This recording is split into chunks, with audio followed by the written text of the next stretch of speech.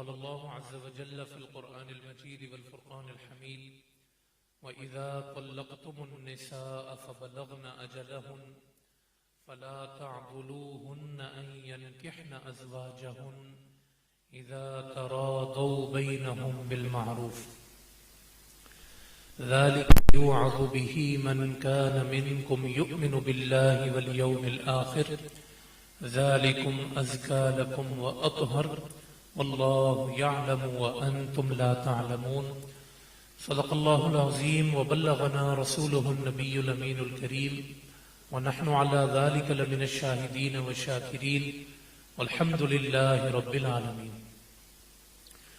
حضرت محترم اللہ رب العالمین کا بے پناہ فضل و کرم کہ اس نے ہمیں قرآن پاک کو سمجھنے کی توفیق عطا فرمائی۔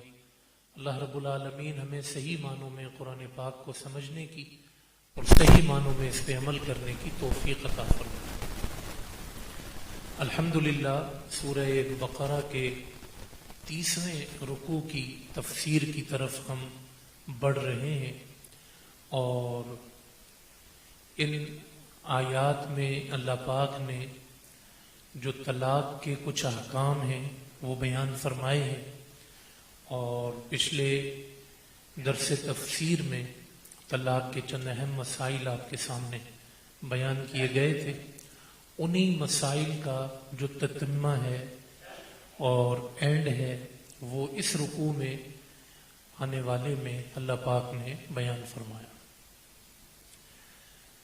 30ویں رکوع کی پہلی آیت ہم نے پڑھ لی تھی پچھلے درس میں، دوبارہ اس کو میں دہرا رہا ہوں کہ اللہ پاک نے فرمایا کہ جب تم میں سے کوئی اپنی بیوی کو طلاق دے دے پھر اس کے بعد وہ عدت پوری کر لیں تو اب ان کے نکاح میں رکاوٹ نہ ڈالو۔ اگر طلاق جو ہے وہ رجعی دی ہوئی ہے تو وہ عدت گزرنے کے بعد اگر دوبارہ اسی شوہر سے نکاح کرنا چاہتی ہے تو کر سکتی ہے، کسی اور سے نکاح کرنا چاہتی ہے تو کر سکتی ہے، تو گھر والے جو ہے وہ اس کو رکاوٹ نہ ڈالیں۔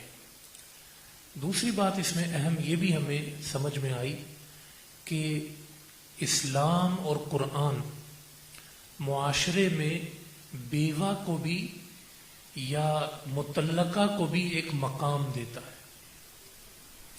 اگر کسی کی طلاق ہو گئی ہے تو اس کا مطلب یہ نہیں ہے کہ وہ کوئی حقارت والی چیز ہے، یا اب دوبارہ اس کا نکاح نہیں ہو سکتا، یا اس کو جو ہے وہ گری ہوئی نظر سے دیکھا جائے۔ یہ نہایت غلط بات ہے۔ اگر ایسا کوئی معاملہ ہو جاتا ہے تو معاشرے کی کوشش کیا ہونی چاہیے کہ وہ دوبارہ اس کے نکاح میں مدد کرے، نہ یہ کہ سائیڈ پہ بیٹھ کے زبان درازی کرے۔ اپنے جملوں سے بعض اوقات ایسی خواتین کو اذیت دی جاتی ہے، تکلیف دی جاتی ہے، طرح طرح کی ان کے بارے میں باتیں کی جاتی ہیں کہ یہ اپنے گھر بیٹھی ہوئی ہے، فلاں ہے فلاں۔ یہ نہایت بری بات۔ تو اللہ کیا فرما رہا ہے؟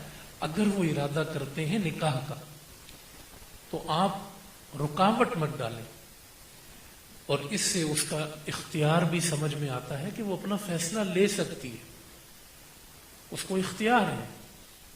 تو اگر وہ ایک نیک کام کی طرف، جائز کام کی طرف بڑھ رہی ہے تو پھر اس میں رکاوٹ نہیں ڈالنی چاہیے۔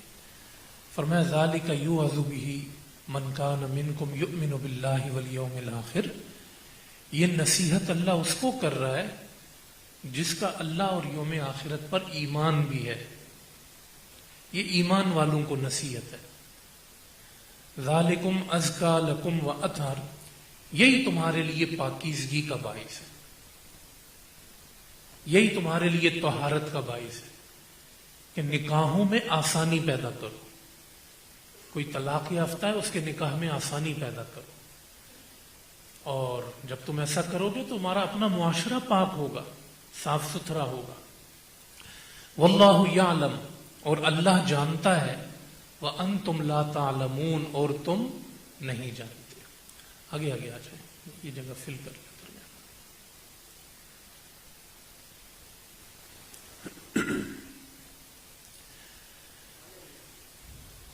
پھر فرمایا کہ اگلی آیت میں کہ والوالدات یرضعن اولادہن حولین کاملین، کہ مائیں جو ہیں وہ اپنی اولاد کو دودھ پلائیں 2 سال تک۔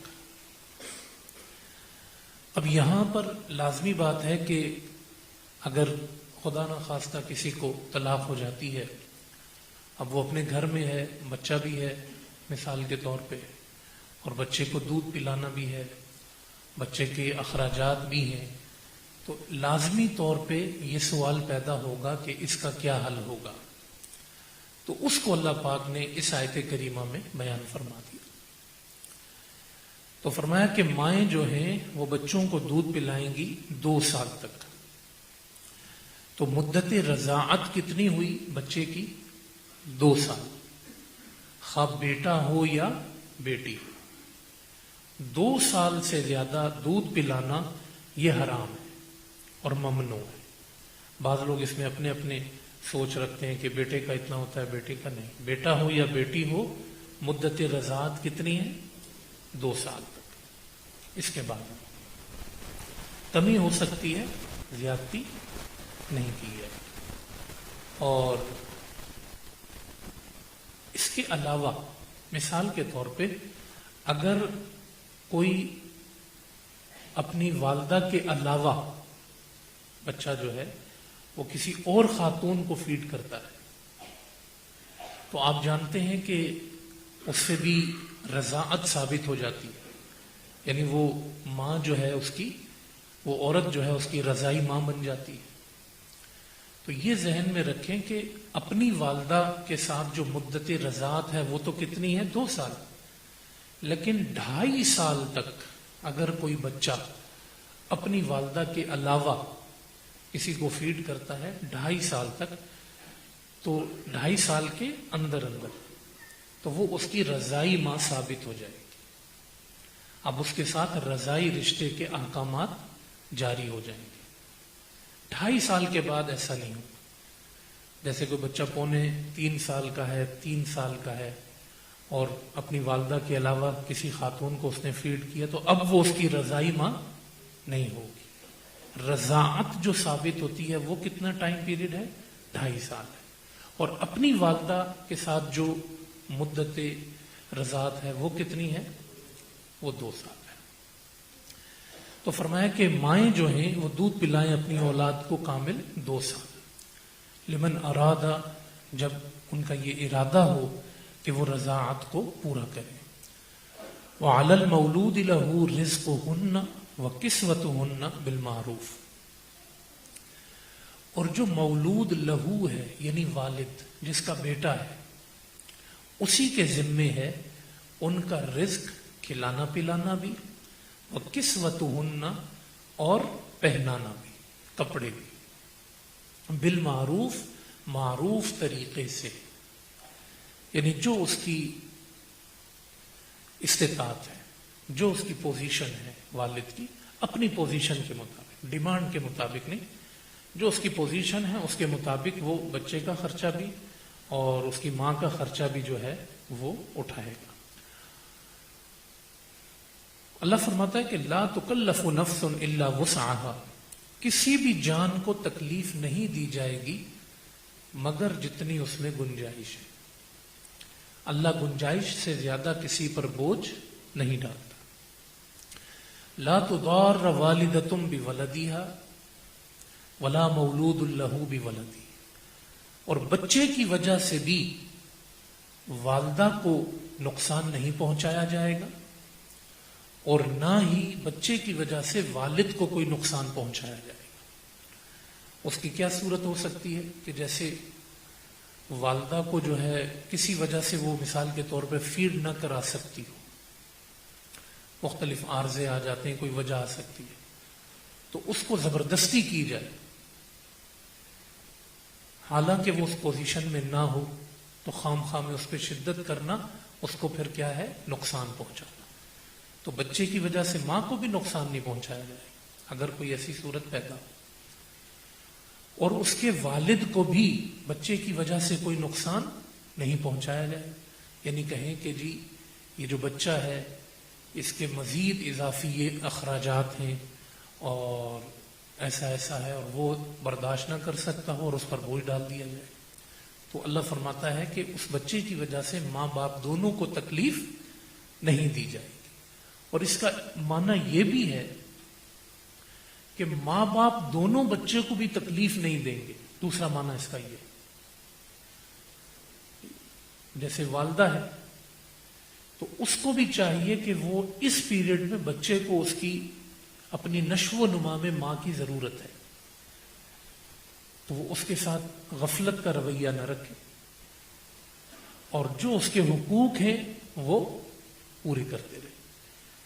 اور اسی طرح جو بیٹا ہے، باپ بھی اس کو کوئی نقصان نہ پہنچائے، یعنی جو باپ پر حقوق لازم ہوتے ہیں وہ بھی وہ ادا کرتا رہے۔ تو دونوں طرف سے اللہ پاک نے گویا یہ ذمہ داری عطا فرما دی۔ وَعَلَى الْوَارِثِ مِثْلُ ذَلِكَ، اور وارث پر بھی اسی کی مثل ہے۔ خدا نخواستہ اگر شوہر کا انتقال ہو جاتا ہے تو اب جو اس کی جگہ قائم مقام آئے گا، جو وارث آئے گا، ظاہر ہے جو اس کا فرسٹ وارث ہوگا وہ یہ ذمہ داری اٹھائے گا، تو اس پر بھی اسی طرح احکامات لاگو ہوں گے جیسے اس شخص پر لاگو تھے۔ تو اب جو اس کی فیملی سے سامنے آیا کہ بھائی اب وہ نہیں رہا، میں یہ حقوق پورے کروں گا، تو وہ بھی اسی طرح کرے گا جیسے شوہر پہ اللہ نے جتنا لازم کیا، وارث بھی اتنا ہی کرے گا۔ تو وَعَلَى الْوَارِثِ مِثْلُ ذَلِكَ، وارث پر بھی اسی کی مثل لازم ہے۔ فَإِنْ أَرَادَا فِصَالًا عَنْ تَرَادٍ مِّنْهُمَا، بس اگر وہ دونوں یہ ارادہ کریں میاں بیوی باہمی رضامندی سے کہ بچے کو دودھ چھوڑانا ہے، فلا جناح علیہما، انہوں نے باہمی رضامندی سے یہ کیا، مشاورت سے یہ کیا ہے کسی وجہ سے، تو وہ ایسا کر سکتے۔ وَإِنْ أَرَدْتُمْ أَن تَسْتَرْضِعُوا أَوْلَادَكُمْ، اور تم نے یہ ارادہ کیا ہے کہ دودھ پلانے والی اپنی اولاد کے لیے تم اجرت پہ رکھ لو، تو بچہ ہے، ماں باپ نے کہا کہ اب ماں اس کو فیڈ نہیں کرائے گی، اس کو فیڈ کرانے کے لیے کوئی بندوبست کرنا ہے، اللہ نے اس کی بھی اجازت دی، فرمایا فلا جناح علیکم، تمہاری باہمی رضامندی سے یہ ہو رہا ہے تو اس میں بھی تم پر کوئی حرج نہیں۔ اذا سلمتم ما آتیتم بالمعروف، ہاں جس خاتون کو اجرت پر مقرر کیا ہے اس کے حق میں نقصان نہ ہو، یعنی اس کے ساتھ جو آپ نے اس کی اجرت طے کی ہے یا جو اس کو دینے کے لیے طے کیا ہے وہ پورا پورا اس کے حوالے کیا جائے، اس میں پھر کوئی کمی نہیں آنی چاہیے۔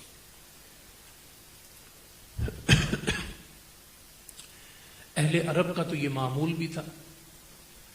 اچھا، ان کے ہاں اس کا ایک مائنڈ سیٹ اور ہوتا تھا، وہ یہ کہتے تھے کہ جی بچے کو جو ہے اگر صحت مند رکھنا ہے تو اس کو کسی صحرائی علاقے میں بھیج دو، تو وہاں صحرا کے اندر جو ایک قدرتی فطرتی ماحول ہوتا تھا، اس مٹی میں کھیل کھیل کے یا اس مٹی میں رہ رہ کے وہ بچہ طاقتور اور صحت مند ہوتا تھا۔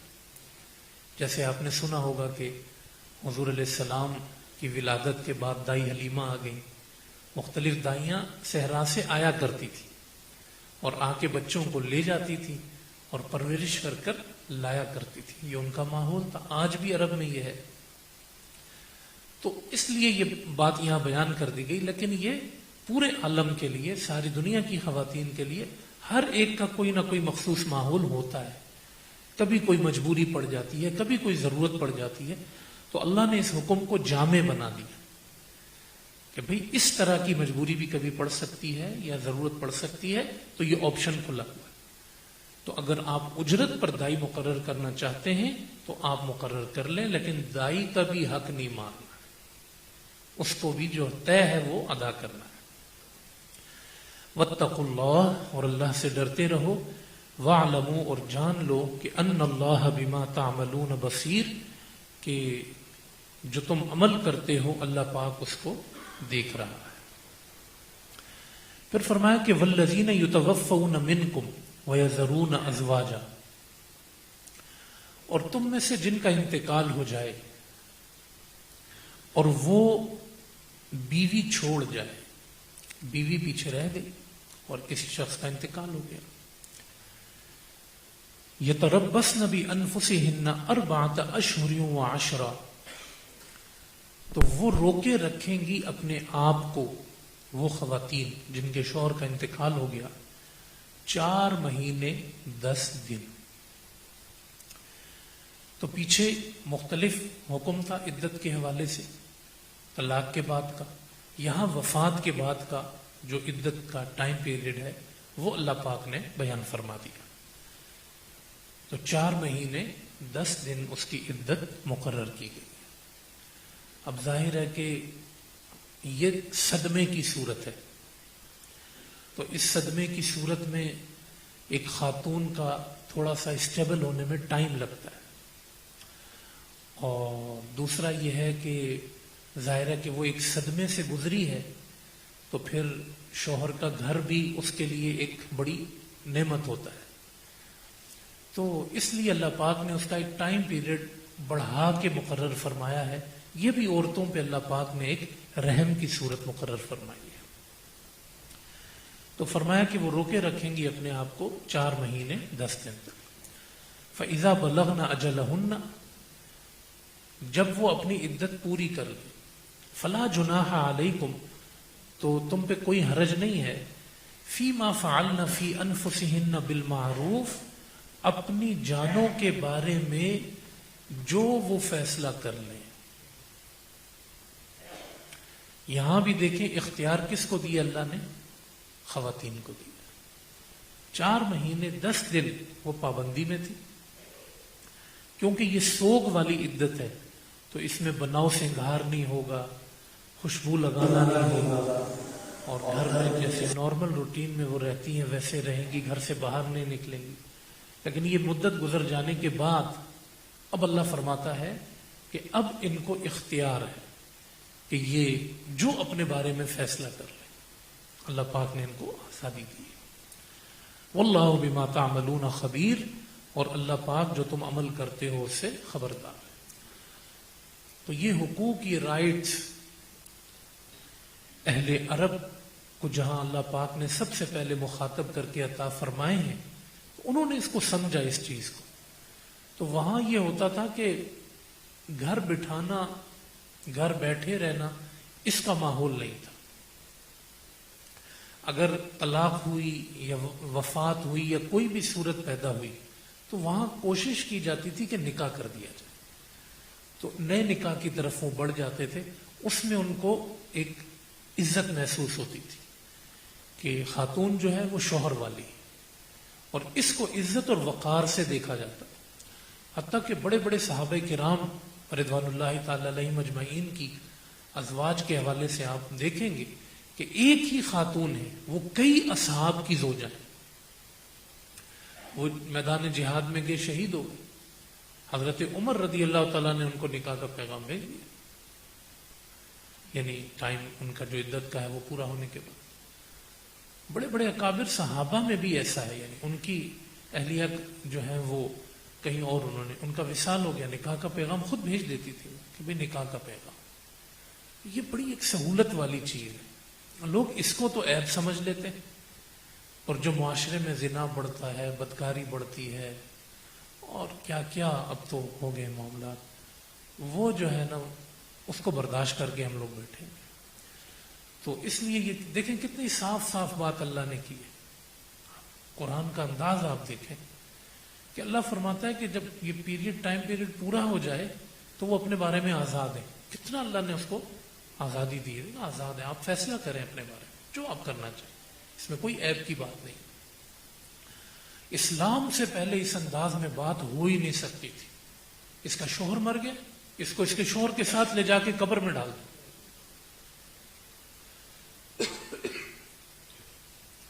یہ آج تک ہندو میں ہے، آج تک ہے کہ شوہر مر جائے شوہر کے ساتھ جلا دو۔ کتنے ہندوستان کے دیہات ہیں، یہ رسم چلتی ہے، عورت جاتی ہے، اس کے لیے فخر کیا ہے کہ وہ اپنے شوہر کے ساتھ اس کی چتا جلا دی جائے. وہ مردہ ہے اور یہ زندہ ہے، یہ زندہ جلا دی جائے. اسلام دین انسانیت ہے، دین فطرت ہے، دین عقل ہے. یہ ذہن کے مطابق ہے. تو اللہ نے دیکھیں عورت کو کتنی عزت دی، کتنا اختیار دیا اللہ پاک نے.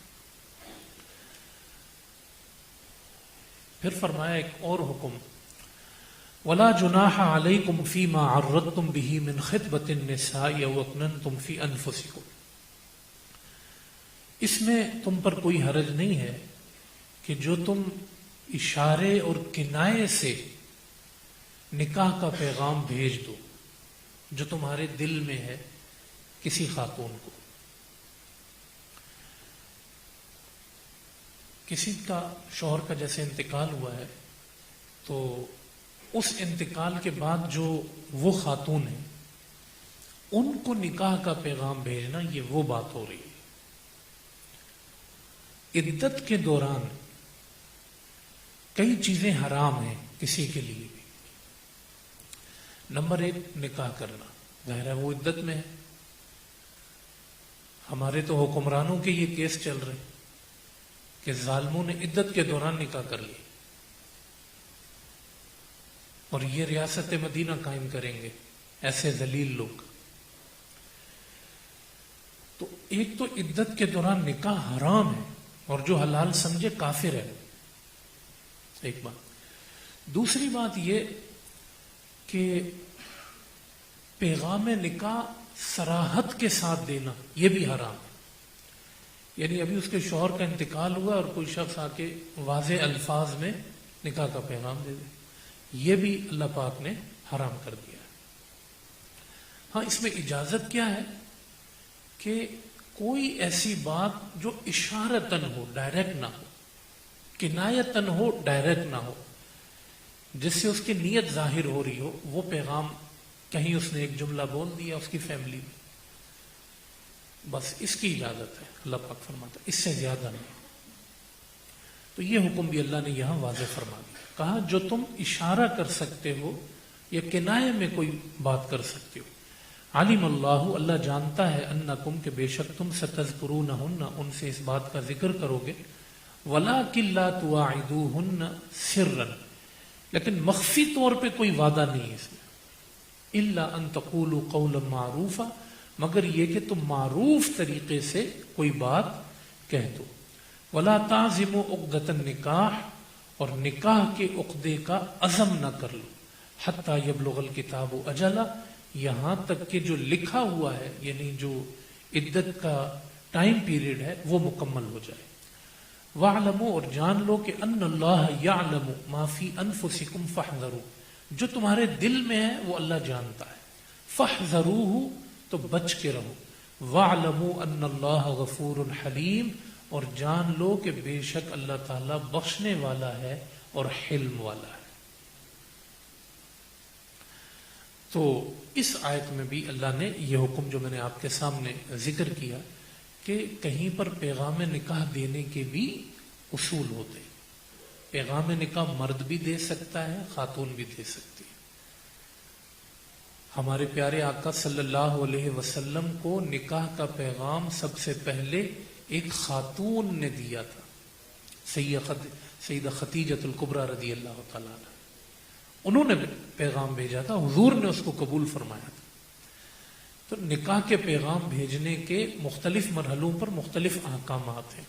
تو ایسی عورت جو شوہر کا وصال ہو گیا ہے، اس میں جو ادب کا طریقہ ہے یا جو اس میں معروف طریقہ ہے وہ اللہ پاک نے بیان فرما دیا ہے کہ اس میں نہ عزم کرنے کی اجازت ہے اور نہ ہی جو ہے وہ سری الفاظ میں پیغام بھیجنے کی اجازت ہے اور نہ ہی نکاح کی اجازت ہے. یہ چیزیں اللہ پاک نے حرام. اس کے علاوہ جو اجازت ہے وہ اللہ پاک نے بیان فرما دی.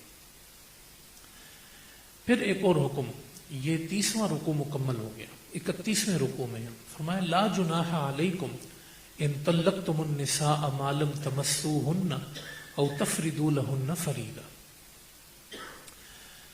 ایک شخص نے نکاح کیا، نکاح کرنے کے بعد ابھی ان میں قربت نہیں ہوئی، اس سے پہلے ہی ان میں جدائی ہو گئی، خدا نخواستہ۔ تو اب دو صورتیں، ایک صورت تو یہ ہے کہ کوئی مہر جو ہے وہ انہوں نے مقرر نہیں کیا تھا اور اس سے پہلے جدائی ہو گئی، تو کیا حکم ہوگا وہ اللہ نے بیان فرمایا۔ اور ایک یہ ہے کہ انہوں نے مہر مقرر کر لیا تھا اور قربت سے پہلے ہی، ابھی وہ الگ نہیں ہوئے، اکٹھے نہیں ہوئے، اس سے پہلے ہی رشتہ ختم ہو گیا، تو مہر مقرر کر چکے تھے، تو اس صورت میں کیا حکم ہے؟ دو آیتوں میں اللہ نے یہ دو حکم بیان فرمائے۔ تو فرمایا کہ لا جناح علیکم، تم پہ حرج نہیں ہے، ان طلقتم النساء، تم نے اگر عورت کو طلاق دے دی، ما لم تمسوہن، جن سے ابھی تم نے قربت نہیں کی، او تفردوا لہن فریضہ، اور نہ ہی ان کا جو مہر ہے وہ تم نے مقرر کیا ہے، ومتعوہن علی الموسع قدرہ وعلی المقتر قدرہ۔ تو اب اس صورت میں حکم یہ ہوگا کہ ایک کپڑے کا سوٹ دے دو، متاع، سامان دے دو کچھ، اس میں سامان سے مراد مفسرین نے کیا لیا؟ ایک کپڑے کا سوٹ ہے، اس میں جو وسعت رکھنے والا ہے، مالدار ہے، وہ اپنی حیثیت سے سوٹ دے، جو اس میں تنگ دست ہے وہ اپنی حیثیت سے سوٹ دے گا، بس مہر اس میں ادا نہیں کیا جائے گا، مہر نہیں ہے اس میں۔ متاعا بالمعروف، معروف طریقے سے، حقا علی المحسنین، نیکی کرنے والوں پر یہ حق ہے۔ وَإِن طَلَّقْتُمُوهُنَّ مِن قَبْلِ أَن تَمَسُّوهُنَّ، اور اگر تم نے طلاق دی قبل اس کے کہ تم ان کو چھو، وَقَدْ فَرَضْتُمْ لَهُنَّ فَرِيضَةً، اور تم مہر مقرر کر چکے تھے۔ اب کسی نے مہر مقرر کیا، جی 20,000 روپے دوں گا، یہ 40,000 روپے دوں گا، اور قربت سے پہلے جدائی ہو گئی، تو کیا ہوگا؟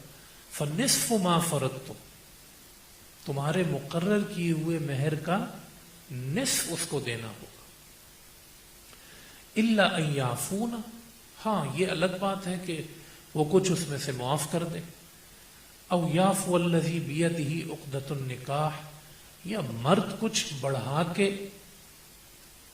دے دے کہ جس کے ہاتھ میں نکاح کی گرہ ہے۔ انداز دیکھیں اللہ پاک کا کہ اچھا پہلے زمانے میں یہ ہوتا تھا کہ جو مہر ہے وہ اچھے اچھے مہر دیے جاتے تھے اور اس میں ایک رغبت رکھی جاتی تھی۔ ہمارے ہاں کھانوں پہ، دیگر چیزوں پہ، ہر چیز پہ بہت خرچہ ہوتا ہے، لیکن مہر میں دل ہی نہیں ہوتا۔ پہلے مہر بہت اچھے دیے جاتے تھے، کھانا سمپل ہوتا تھا، ون ڈش کے ساتھ ہو جاتا تھا کھانا، کہ کوئی بکری ہے اور اس کا گوشت بنا لیا اور وہ گوشت سرو کر دیا۔ پہلے تو روٹی اور سالن کا بھی تکلف نہیں تھا عرب کے اس میں، خالی سالن بھی بڑی چیز ہوتی تھی کہ اس میں گوشت کھا لیا، جی کھانا ہو گیا۔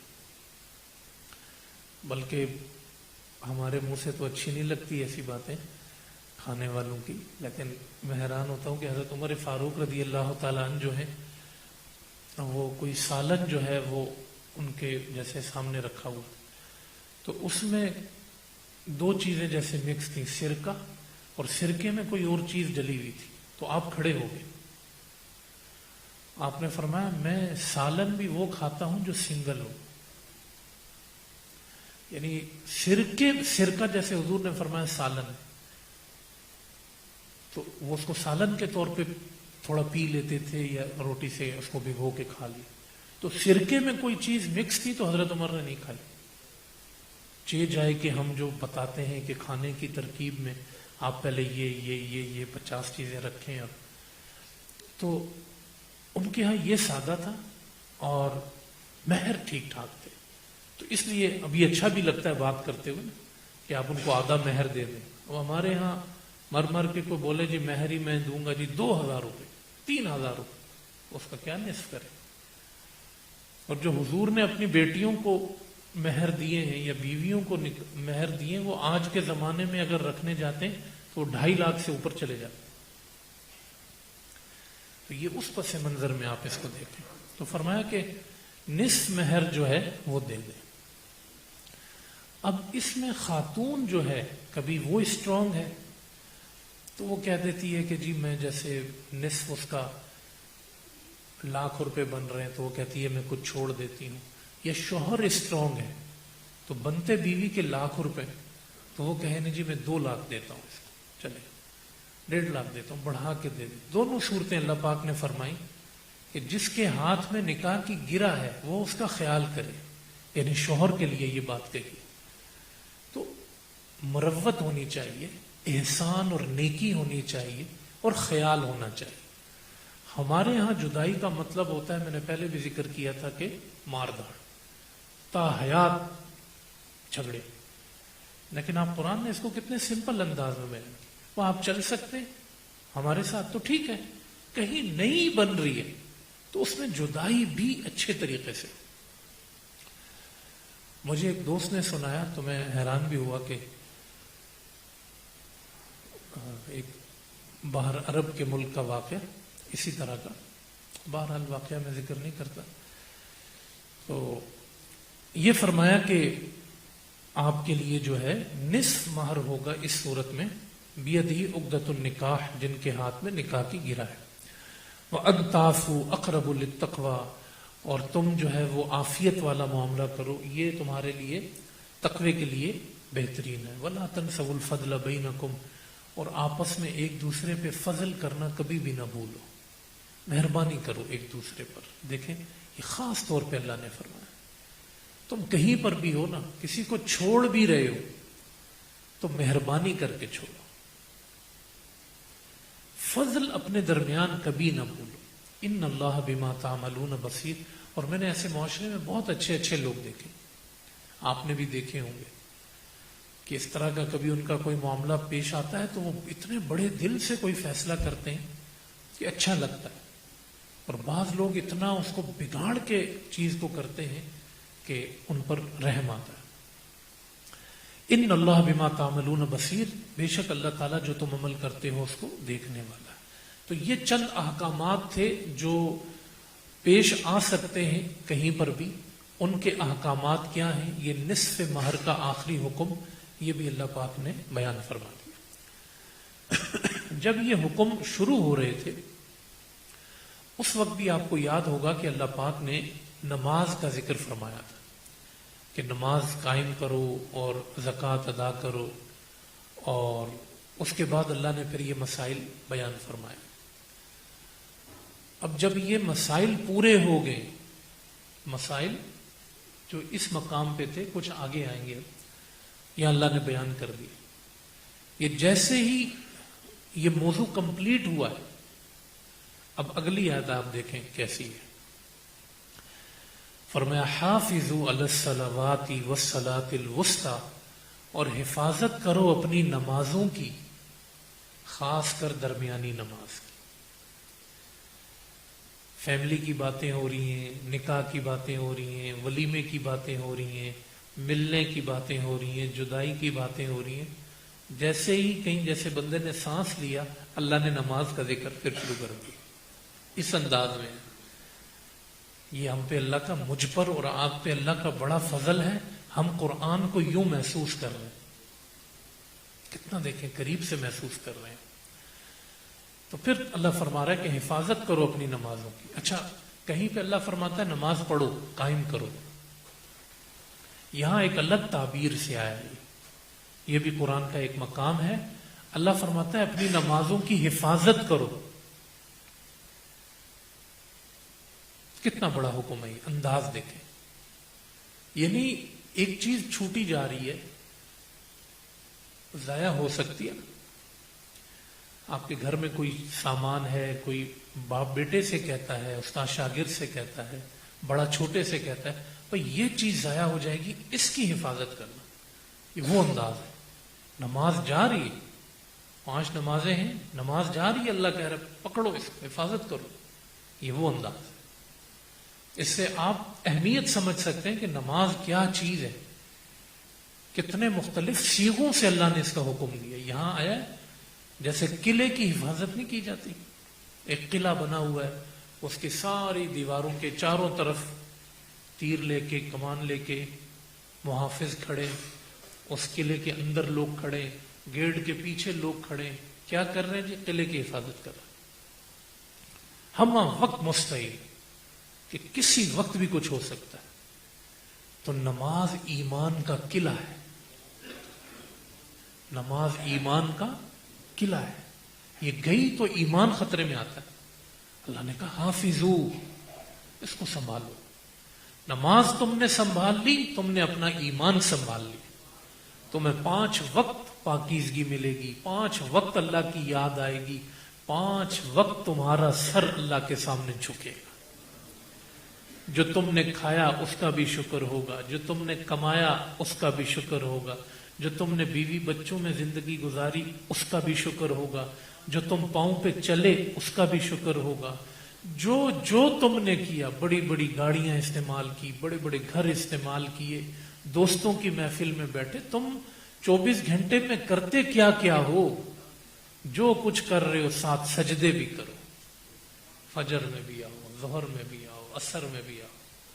یہ تو جیسے سب کچھ روٹین سے چل رہا ہے، یہ بھی مس نہیں ہوگا، یہ کہیں بیچ میں سے نہ نکل جائے۔ باقی سب چل رہا ہے، یار سر میں درد ہے، ابھی اٹھتا ہوں، بس سر میں درد ہے، او بھائی اٹھ، سر کا درد سجدہ کر، ختم ہوگا، اللہ کے پاس آؤ، بہانے نہیں بنا، سردی زیادہ ہے، فجر میں نہیں اٹھا۔ تو یہ سستیاں ہیں، سارے بہانے۔ جس کو نماز پڑھنی ہے اس کو پڑھنی ہے، لازم، فرض۔ اور درمیانی نماز کون سی ہے؟ عصر کی نماز۔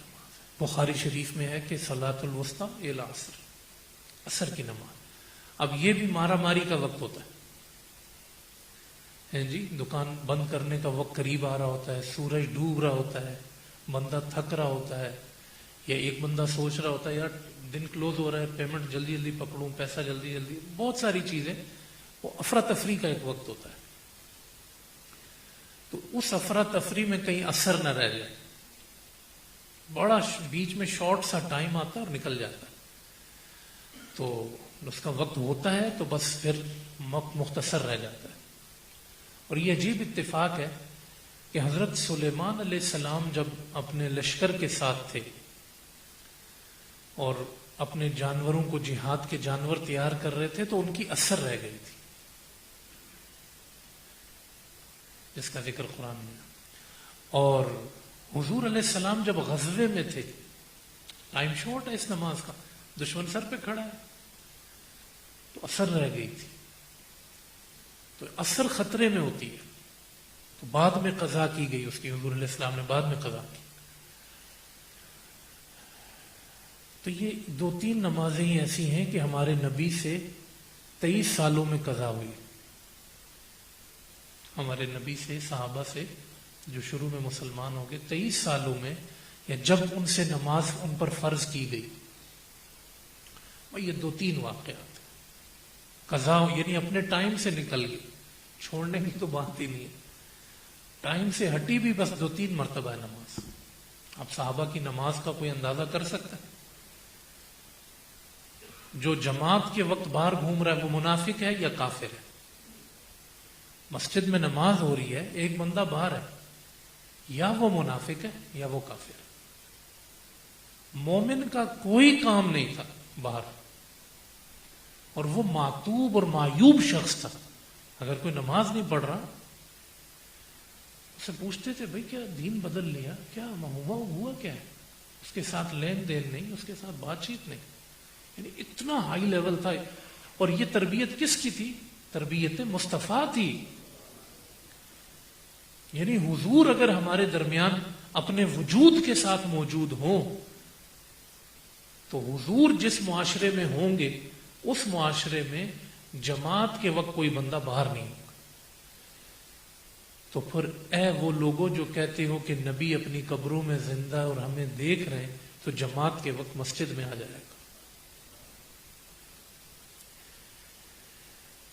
تو میں نے اس پر تھوڑی سی جو تاکید کے انداز میں بات کی ہے، کیونکہ آیت میں ایسی بات کی گئی، حافظو کا لفظ آیا، وقوموا للہ قانتین، اور اللہ کی بارگاہ میں بڑے ادب سے کھڑے ہو جاؤ، بڑے ادب سے۔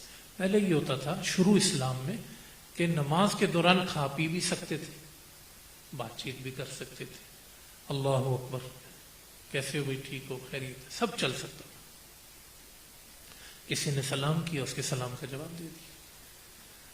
شروع میں ایسا تھا. پھر یہ آیت کریمہ اتر آئی، وقوموا للہ قانتین، ختم. اللہ کی بارگاہ میں اب باقی دنیاوی چیزیں ختم، قنوت کے ساتھ، ادب کے ساتھ اب آپ نے کھڑے ہونا ہے. کھانا بھی منع، پینا بھی منع، بات چیت بھی یہاں سے منع کر دی گئی. تو ایسی کوئی چیز، ایسا کوئی لباس کہ جس میں آپ کسی دنیاوی عزت والے شخص کے پاس نہ جاتے ہوں، وہ پہن کے بھی اللہ کے سامنے نہ جائیں. اچھے کپڑے پہن کے نماز پڑھیں. اور انداز بھی ایسے ہے. بعض لوگ جو ہے نا بازو چڑھائے ہوئے جو ہے وہ کھڑے ہو جاتے ہیں، بازو برابر کیے ہوئے ہوں، سلیقے کے ساتھ خوشبو استعمال کرے بندہ اور بڑی نفاست کے ساتھ مسجد میں آئے. تو اللہ کی بارگاہ میں بڑے ادب کے ساتھ. یہ ٹائم پاس کرنا نہیں ہے، یہ تمہارا وہ وقت ہے کہ جو تمہارے سارے دن کا حاصل، اس سے سب کچھ بنے گا تمہارا. فَإِنْ خِفْتُمْ، پھر یہاں اللہ نے ایک حکم اس کا بیان کیا، بس اگر تمہیں ڈر ہو، فَرِجَالًا أَوْ رُكْبَانًا، تو پیدل چلتے ہوئے بھی نماز پڑھ لو اور سواری پہ بھی نماز پڑھ لو. ٹھیک ہے. یہ وہ صورت ہے کہ جس میں ایک شخص سفر کر رہا ہے اور وہ رک نہیں سکتا.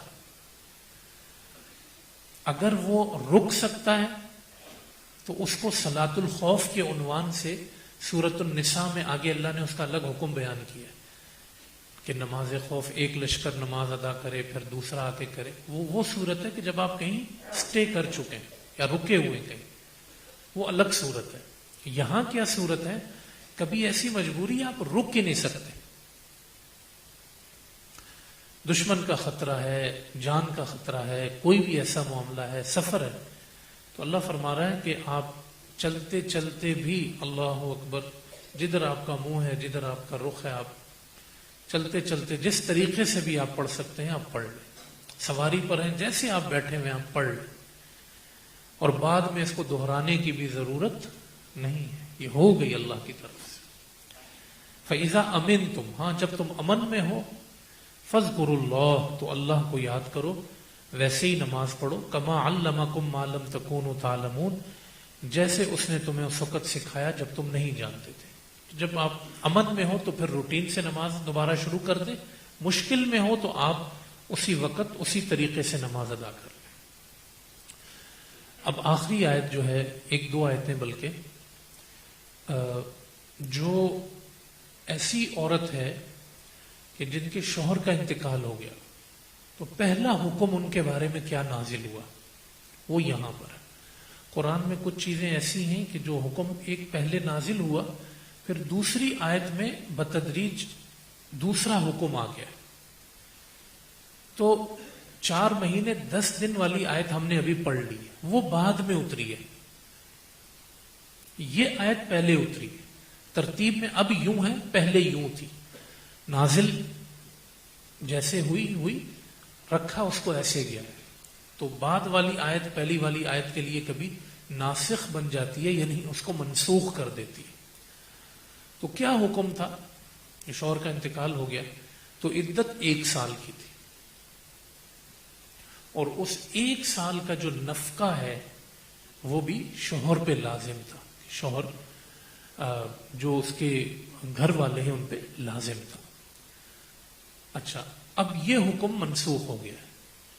عدت 1 سال سے کم کر کے 4 مہینے 10 دن کر دی گئی، اور وہ جو نفقہ ہے ظاہر ہے وہ بھی ختم ہوا، تو اس کی جگہ اس کو وراثت میں حصہ دے دیا گیا. پھر وراثت کی آیتیں بھی نازل ہو گئی تھی.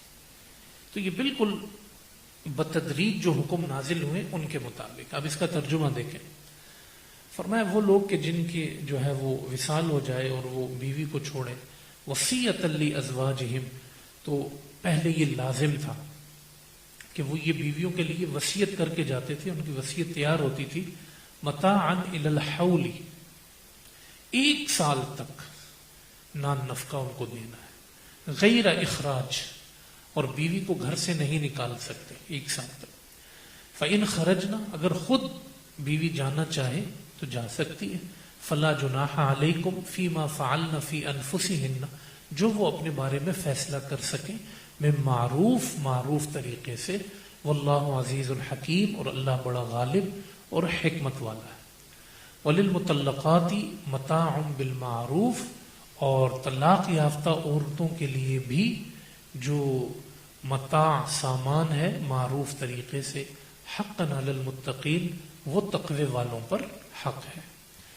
تو شوہر کا انتقال ہو جائے تب بھی صحیح طریقے سے، اور طلاق کے بعد کا مسئلہ ہو تب بھی صحیح طریقے سے. یہ ایک تاکیدی حکم آ گیا دوبارہ. تو میں نے آپ کو یہ بتا دیا کہ یہ جو ہم نے اب آیت پڑھی ہے یہ آیت نمبر 240 ہے، یہ منسوخ ہو گئی ہے. اب کوئی کہے کہ جی یہ تو کہا کہ 1 سال تک وہ روکے رکھے. یہ 1 سال کی اس آیت میں بات آئی ہے، اور اس سے پہلے جو بات آئی تھی آیات میں اس میں 4 مہینے 10 دن عدت کر دی گئی ہے. اب اس پہ عمل ہے، اس پر عمل نہیں ہے. وَلِلْمُطَلَّقَاتِ یہ ہو گیا كَذَلِكَ. تو اب آخر میں اللہ پاک فرماتا ہے آخری آیت رکوع نمبر 31 کی كَذَلِكَ يُبَيِّنُ اللَّهُ لَكُمْ آيَاتِهِ اللہ اسی طرح بیان فرماتا ہے تمہارے لیے اپنی نشانیوں کو لعلکم تعقلون تاکہ تم سمجھنے والے بن جاؤ. وما علینا الا البلاغ المبین.